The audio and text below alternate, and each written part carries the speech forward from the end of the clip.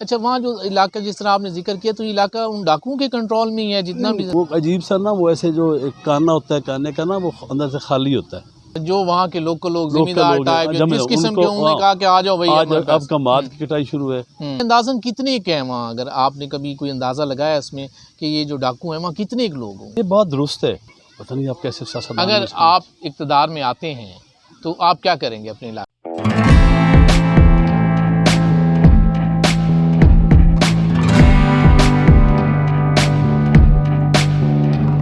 अस्सलाम वालेकुम। प्रोग्राम आपकी आवाज़ के साथ मैं हूं सैयद अदनान नूर।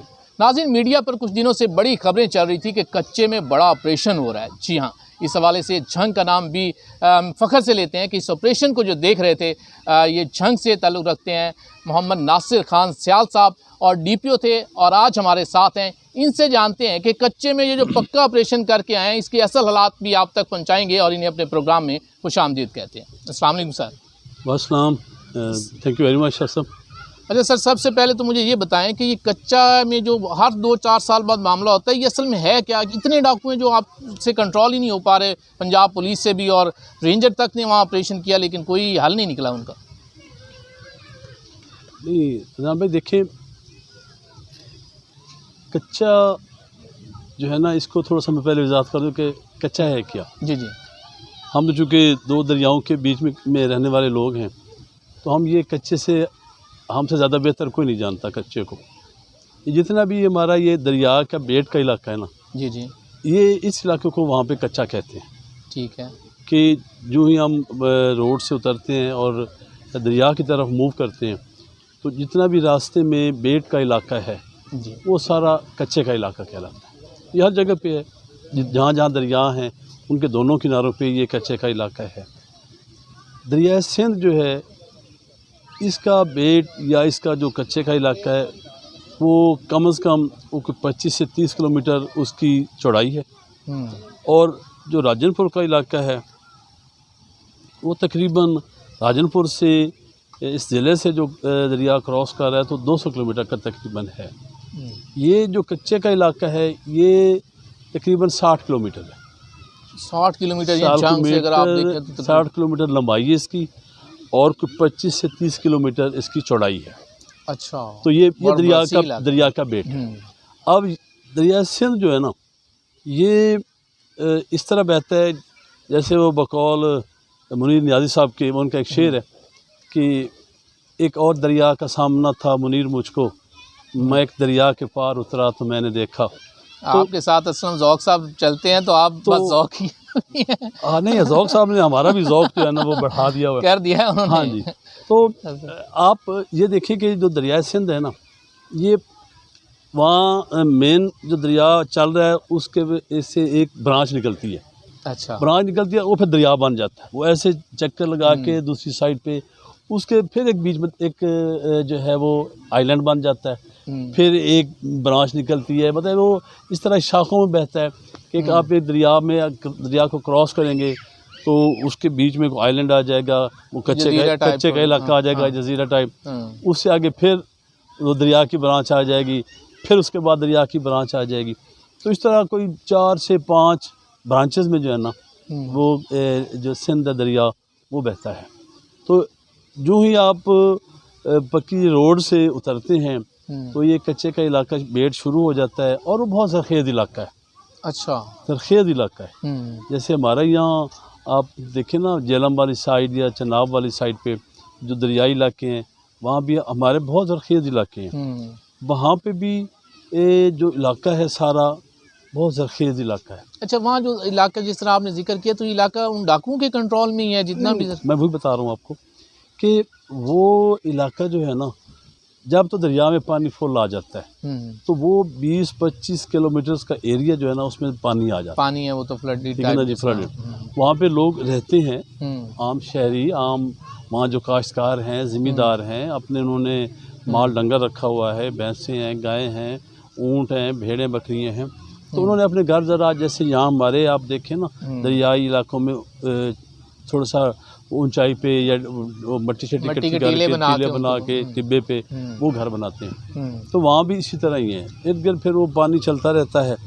इस सीज़न में वहाँ पे ज़्यादातर कमाद काश्त करते हैं वो। अच्छा। अभी जब ये सीज़न चल रहा है 2 फुट 2.5 फुट का कमाद है वहाँ पे।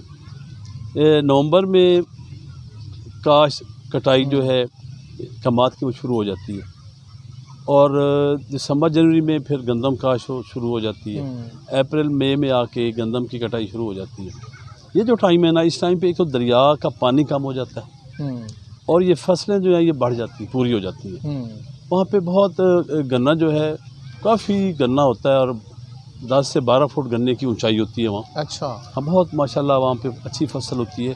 तो इस सीज़न में जो है ना, ये जो वहाँ पे जो दहशतगर्द हैं, ये डाकू हैं, ये उस सीज़न में आके जो लोकल लोग हैं उनसे जो है ना वो भत्ता लेते हैं।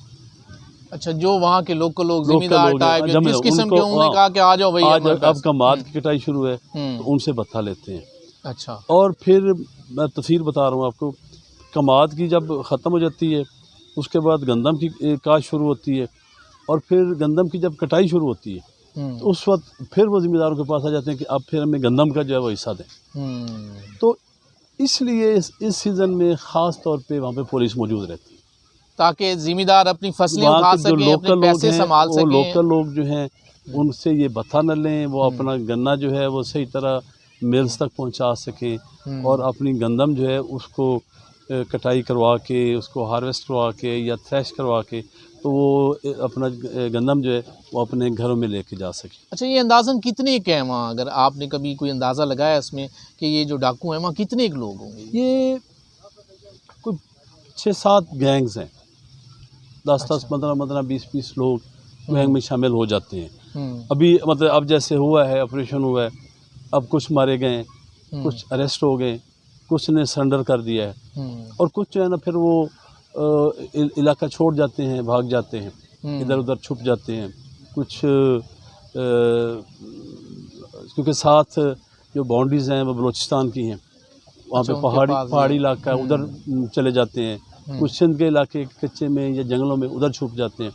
तो जो ही अब पानी बढ़ता है ना ये फिर वापस आ जाते हैं, फिर वापस आ जाएंगे और पुलिस पीछे हट जाएगी, क्योंकि वहाँ पे पानी आ जाता है सारा। जो हमारी पुलिस की पिकेट्स अंदर लगी होती हैं कच्चे के इलाके में, तो वहाँ पे पानी आ जाता है, फिर वहाँ पे पुलिस की एक्सेस नहीं होती। और उस वक्त फिर हम जो है ना वल्नरेबल हो जाते हैं। ये वजह है कि इस टाइम पे जो ऑपरेशन किया जाता है, लोग अक्सर यही कहते हैं कि जी ये वजह क्यों नहीं सामने आ पा रही थी। आज हमारे इस प्रोग्राम में आपको पता चल गया होगा कि कच्चे में जो ऑपरेशन होता है इसकी इन दिनों इस मौसम में होने की वजह क्या है, ये हमें मोहम्मद नासिर खान साहब DPO हैं वहाँ के, और इन्होंने हमें बता रहे हैं और आप तक भी ये इन्फॉर्मेशन जो लोग रहा हूँ जी रहे हैं और आप हमारे साथ हैं। लेकिन मैं इनसे ये जानना चाहूँगा कि आप हमें ये भी बताएं कि आप कितने लोगों को पकड़ के भी आए हैं, डाकुओं को, कोई हमें वहाँ कोई तकरीबन 20-22 के लोग करीब तो जो है उन्होंने सरेंडर कर दिया था। उन्होंने अपना असला भी हमारे हवाले कर दिया, अपने आप को भी कानून के हवाले कर दिया। अब उनकी तफ्तीश हो रही है मेरिट पे और उनकी डिमांड भी यही थी, वो चाहते भी यही थे कि हमारे साथ जो है ना वो इंसाफ किया जाए। तो अब उनके साथ जो भी इन्वेस्टिगेशन होगी और फिर कोर्ट्स में जो उनके साथ जो भी उन्होंने किया हुआ है उसके मुताबिक उनके साथ आप हमें माशाल्लाह फ्रंट लाइन पे नज़र आ रहे होते थे। मीडिया क्योंकि हर चीज़ को दिखा रहा होता है, तो ये काफ़ी खौफ में, और इतनी सख्त जॉब और फिर उसे लीड करना ये एक मुश्किल काम नहीं? ऑब्वियसली बहुत मुश्किल है, सिर्फ मुश्किल नहीं है, बहुत मुश्किल है। उन दहशत गर्दों के पास, उन डाकुओं के पास सब जो असला था ना वो मिलिट्री ग्रेड था। मतलब एंटी एयरक्राफ्ट गने, 12.7 guns, RR gun, rocket launchers, इस किस्म का असला। ये जो SMG है या ये क्लैशनकोव है, ये तो उनके लिए ये तो उनके लिए कोई असला नहीं होता ना। इसको तो ऐसे ही रखते हैं, बड़ी बड़ी मतलब हैवी जो असला है, भारी असला, वो उनके पास। और उन्होंने देखना भी नहीं कि आगे कौन है। आपने तो फिर भी देखना किसी डाकू को मारना है, लेकिन उन्होंने नहीं देखना आगे कौन। नहीं, उन्हें तो पता है कि ये वर्दी वाले हैं, हम तो बिल्कुल सामने नजर आते हैं ना। अब हमें तो देखना होता है कि अगर 10 बंदे खड़े हैं और बीच में एक डाकू है तो उसे टारगेट करना है। और अगर 10 डाकू में और बीच में एक जो है वो शरीफ आदमी खड़ा है तो उसकी एक वजह से भी हमें 10 को भी वो बचाना पड़ जाता है। तो टफ ये बड़ा था ऑपरेशन। अल्हम्दुलिल्लाह अल्लाह पाक ने तौफीक दी, हिम्मत दी, जुर्रत दी।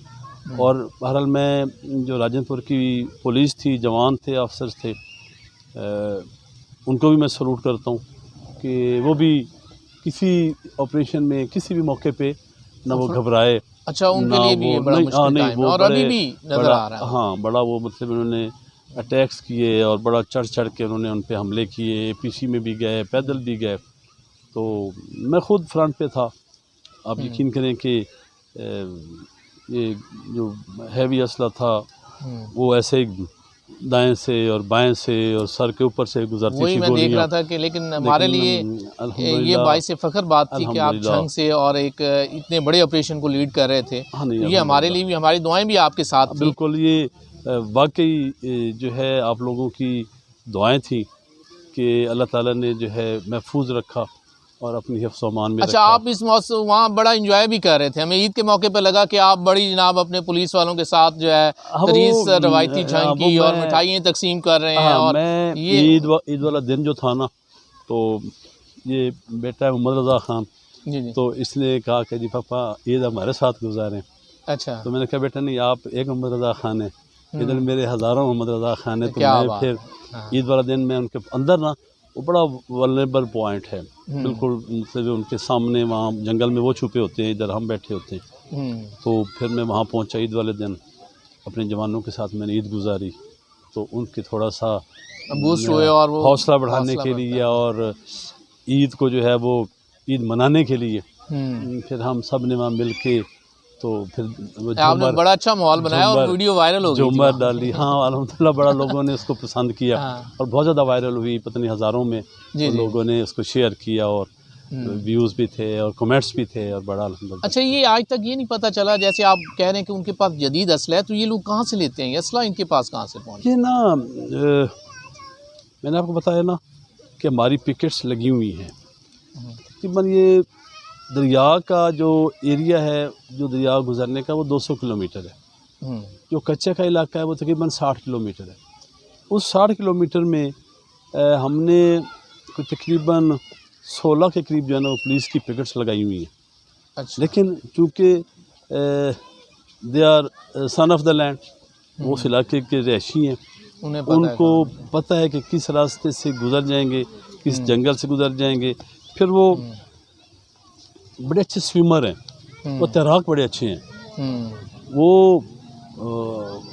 अजीब सा ना, वो ऐसे जो एक काना होता है, काने का ना वो अंदर से खाली होता है, पाइप टाइप होता है, बिल्कुल पाइप टाइप, उसको मोड़ के मुंह में कर लेते हैं और दरिया में वो ना डुबकी लगा जाते हैं और नीचे नीचे तैरते जाते हैं और उससे ना वो सांस उससे ऑक्सीजन लेते रहते हैं और दूर तक वो चले जाते हैं। फिर ये ट्यूब पे बैठ के तैर जाते हैं। फिर ये बकरे की खाल होती है, उसमें हवा भर के ना उसको सीने के नीचे दे के उस पे तैर जाते हैं। क्या बात है, उनके पास कितनी चीज़ें। अगर ये पाकिस्तान की स्विमिंग कोई टीम हो उसमें ये लोग जाएं, सही अपना टैलेंट शो करें, तो ये तो दुनिया को हरा के आ सकते हैं। मैं तो ये कहता हूँ कि जितने अच्छे ये स्विमर हैं, ये तो दरिया का आप देखें कि किसी जगह पे 30 फुट है, किसी जगह पे 40 फुट 50 फुट गहरा दरिया है और ये निकल जाते हैं आराम से। तो इसलिए ना फिर इनको जितने भी खुफिया रास्ते हैं ना सबका पता है और हमारी चूँकि फिर एक्सेस नहीं होती उन रास्तों पर, तो ये मुख्तलिफ रास्ते हैं। क्योंकि ये ज़्यादातर ना इनके पास इंडियन मेड जो है ना। अच्छा, इसका मतलब है कि कहीं ना कहीं स्पोर्ट है कोई बड़े लेवल की, जहाँ से ये कहीं जैसे आपने बताया कि हमारा बलूचिस्तान का बॉर्डर उनके साथ है, इसी तरह सिंध का है, मुख्तलिफ इलाकों से ये इनको मिल जाता है असला ना, तो ले आते हैं। नाज़रीन, आज हमारे साथ एक्स-DPO मौजूद हैं राजनपुर के और कच्चे के ऑपरेशन की बड़ी पक्की बातें हो रही हैं। रिटायर होकर झंग आए हैं, ऑपरेशन अभी चल रहा है, लेकिन ऑपरेशन के हालात पर इनसे बात भी होगी। लेकिन इनकी रिटायरमेंट की जो सर्विस होती है ना, मुकम्मल करके जब बंदा आता है, बड़ी खुशी भी होती है कि बाइज़्ज़त तरीके से बंदा रिटायर होता है और अपनी सर्विस जितनी भी हो 60 साल का एज के बाद पाकिस्तान में गवर्नमेंट के सर्वेंट जो हैं वो रिटायर होते हैं। तो आज ये आए हैं, इन्हें हम वेलकम भी करेंगे और एक इनका रिटायरमेंट का हैप्पी रिटायरमेंट का केक भी काटेंगे जो ख्वाजा स्वीट्स वालों की जानिब से यहाँ हमारे पास आया है। तो आज ये केक काटते हैं, उसके बाद फिर वापस आएंगे और बात करेंगे इनसे कि रिटायरमेंट के बाद ये क्या करना चाहेंगे। तो इस पर जंग की सियासत पर भी बात होगी। इमाम नासिर खान सियाल साहब DPO राजनपुर रिटायर होकर अपने शहर में झंग में आए हैं, तो इनकी रिटायरमेंट पर आज हमने ख्वाजा स्वीट्स की जानिब से ये केक काट रहे हैं हमारे प्रोग्राम आपकी आवाज़ में, और इन्हें इस बात की मुबारकबाद भी देते हैं कि इन्होंने बाइज़्ज़त तरीके से एक सर्विस अपनी कंप्लीट की और अपने शहर झंग में आए हैं, और झंग में आके बाद में क्या करना चाह रहे हैं ये भी इनसे जानेंगे। लेकिन आज हम सब दोस्त, असलम ज़ौक साहब भी हमारे साथ हैं, इनके बेटे हमारे साथ, रज़ा भी साथ हैं, मियाँ असद साहब हैं, नवाब हबीब खान साहब भी हमारे साथ हैं, और सब दोस्त आज इन्हें मुबारकबाद भी देते हैं और happy retirement day sir. Sir ये केक काटिए, ये सर ये हैप्पी रिटायरमेंट डे। आज हमने इनके साथ अपने झंग स्टूडियो में, ऐसे समझें कि पैराडाइज सिटी में हम बैठे हैं, और ख्वाजा स्वीट्स वालों की जानिब से ये केक भेजा गया था स्पेशल इनके लिए। तो सर मुबारक हो आपको कि आप सर्विस अपनी कंप्लीट करके आए हैं और अपने दोस्तों में आज आप जहाँ मौजूद हैं, तो हमारे इस प्रोग्राम में भी आप तशरीफ़ लाए, तो कैसा लग रहा है आज रिटायरमेंट के बाद? जी अल्हम्दुलिल्लाह, सब ज़ाहिर है कि इंसान पे अपने फ़राइज़ और ज़िम्मेदारियों का एक बहुत बड़ा बोझ होता है जी। जी। तो जब इंसान अपनी सर्विस को कंप्लीट करता है तो वो बोझ जो है वो उतरता है। तो अगले दिन वो IG साहब हमारे मुझसे पूछ रहे थे कि कैसा फील कर रहे हो, ये जो आपने सवाल किया। जी। तो मैंने कहा कि जी इतना अरसा इस डिपार्टमेंट में रहा हूँ, इसको छोड़ के तकलीफ़ हो रही है, लेकिन आज़ाद दुनिया में जाने की खुशी हो रही है। अच्छा, आपकी जॉब भी ऐसी है, फिर तनकीद भी बहुत ज़्यादा हो रही है इस पे, पुलिस वालों पे ये भी जो है ना बेटा, ये लो बेटा, तो तनकीद की भी एक जो है ना अनिश्तर चल रहे होते हैं पुलिस पे कि जी पुलिस जॉब कोई छोड़ना नहीं चाह रहा होता, लेकिन आप इसके बाद इसका मतलब है आप वापस झंग और झंग की सियासत में भी हिस्सा लें इंशाअल्लाह जी, ज़रूर।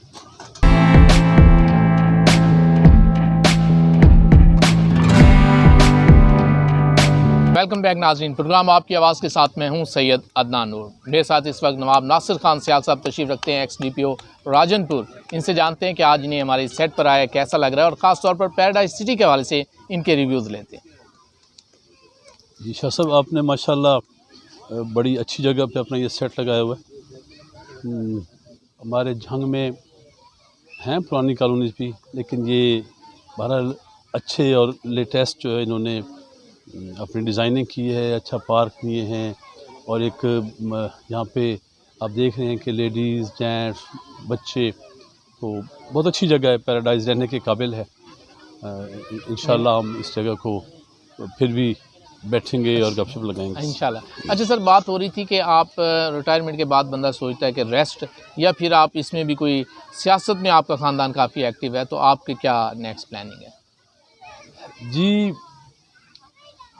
मैं तो जिस दिन से आया हूँ, बल्कि मैं आपको एक चीज़ बता दूँ कि मैं तो अरसे से ही सियासत में यही होता है कि आप अपने जो है इलाके के लोगों के काम करते हैं, उनको किसी जगह पे ज़्यादती हो रही हो तो वो नहीं होने देते, या और भी कई काम। तो मैं अल्हम्दुलिल्लाह मैंने तो पूरा जो अरसा मैंने इसमें जॉब में गुजारा है, मैंने खिदमत की है लोगों की जी, और इसलिए अब मेरी मिसेस जो है वो इलेक्शन कंटेस्ट कर रही हैं हल्का 124 PP 124 से, तो मुस्लिम लीग नून के प्लेटफॉर्म से।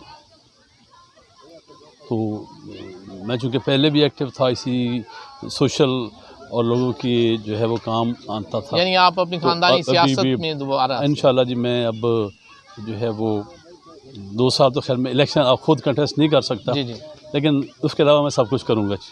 अच्छा ये बताएं कि आपने सियासत में क्या वजह थी कि आपको सियासत में आना पड़ा? ख़ास तौर पर आपके इलाके में कितनी एक महरूमी है जिनसे आपके इलाके के वोटर्स अभी तक दूर?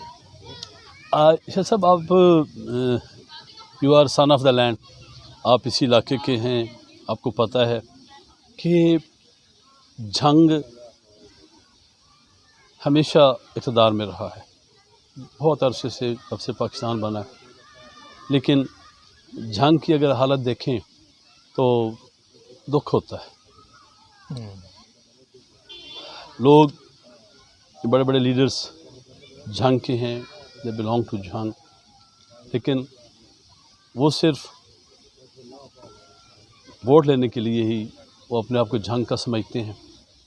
अदरवाइज़ अभी इसी हल्के की जिसकी आप बात कर रहे हैं 124 की और अब N 108 की, तो यहाँ से MNA भी मिनिस्टर थे और यहाँ से MP भी मिनिस्टर थे। लेकिन मेरी खुशकिस्मत इलाका था इस हवाले से इस हवाले से लेकिन मेरी आपसे रिक्वेस्ट होगी कि किसी दिन आप स्पेशल एक प्रोग्राम रखें और आप लाइव दिखाएं कि इस एरिया को जो है वो किस तरह पसमानदा रखा गया है।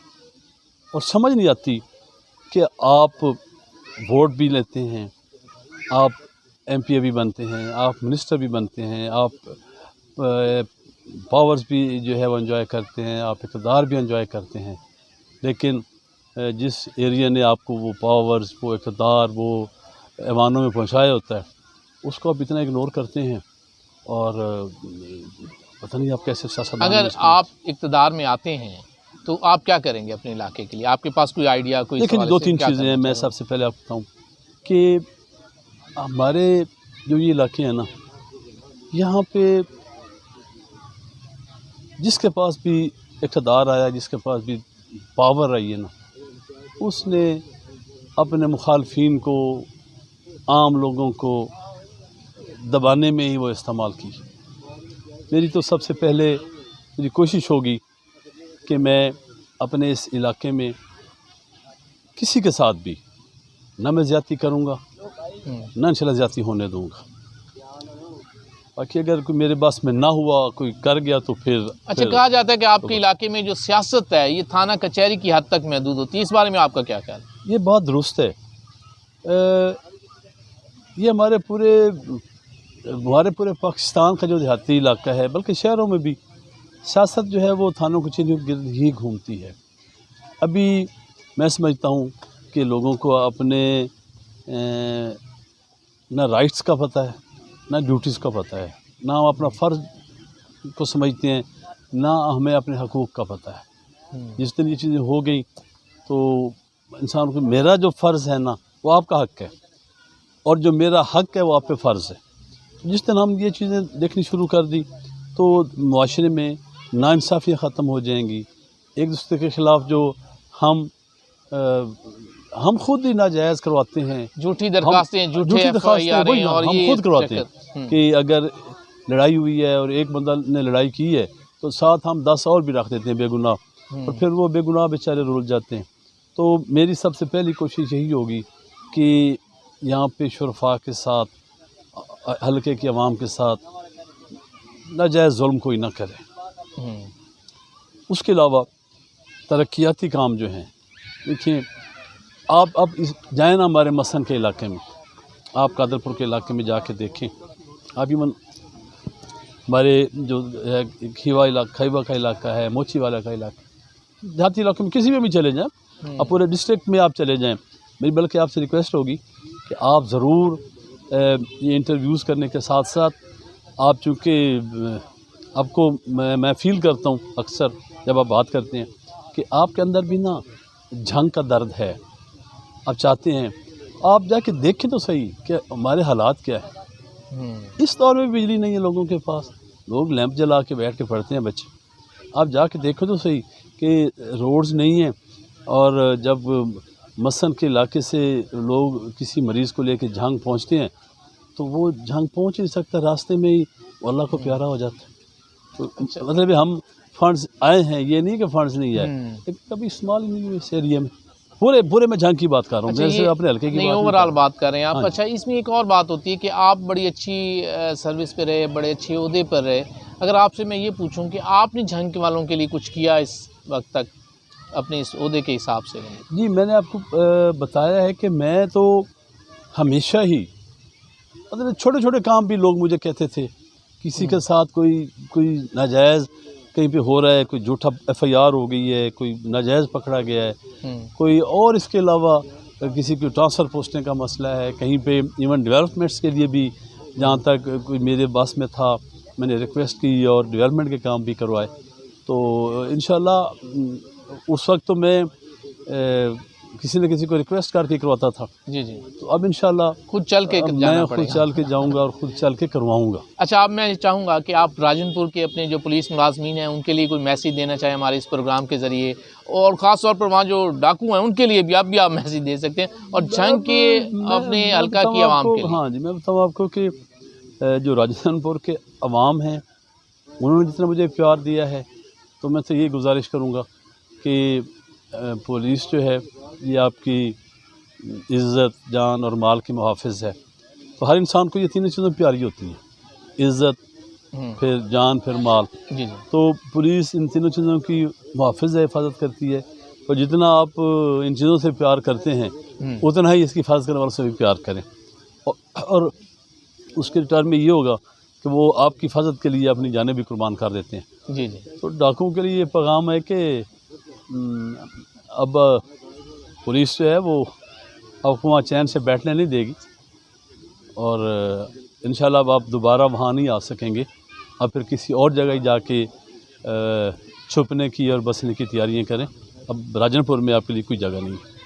और झांग के जो मेरे प्यारे और प्यार करने वाले लोग हैं उनके लिए मेरा ये मैसेज ज़रूर है कि खुदारा ये झांग को आपने बेहतर करना है।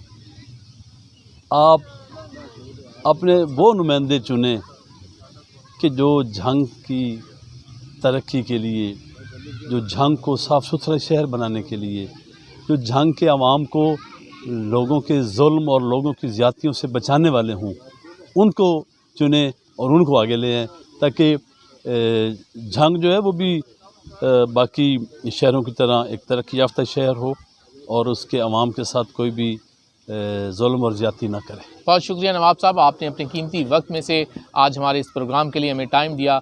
और इसके साथ ही नाज़रीन मैं इजाज़त चाहूँगा, और बहुत सी बातें और सियासत पर जब भी करेंगे तो नवाब साहब से हम चाहेंगे कि हमारे साथ इसी तरह जो है ना गुफ्तगू करते रहें और हमें हमारे साथ शेयर करते रहें कि जो कुछ इनके इलाके में हो रहा है। इसके साथ ही अपने मेज़बान सैयद अदनान नूर को इजाज़त दीजिए। अल्लाह निगहबान।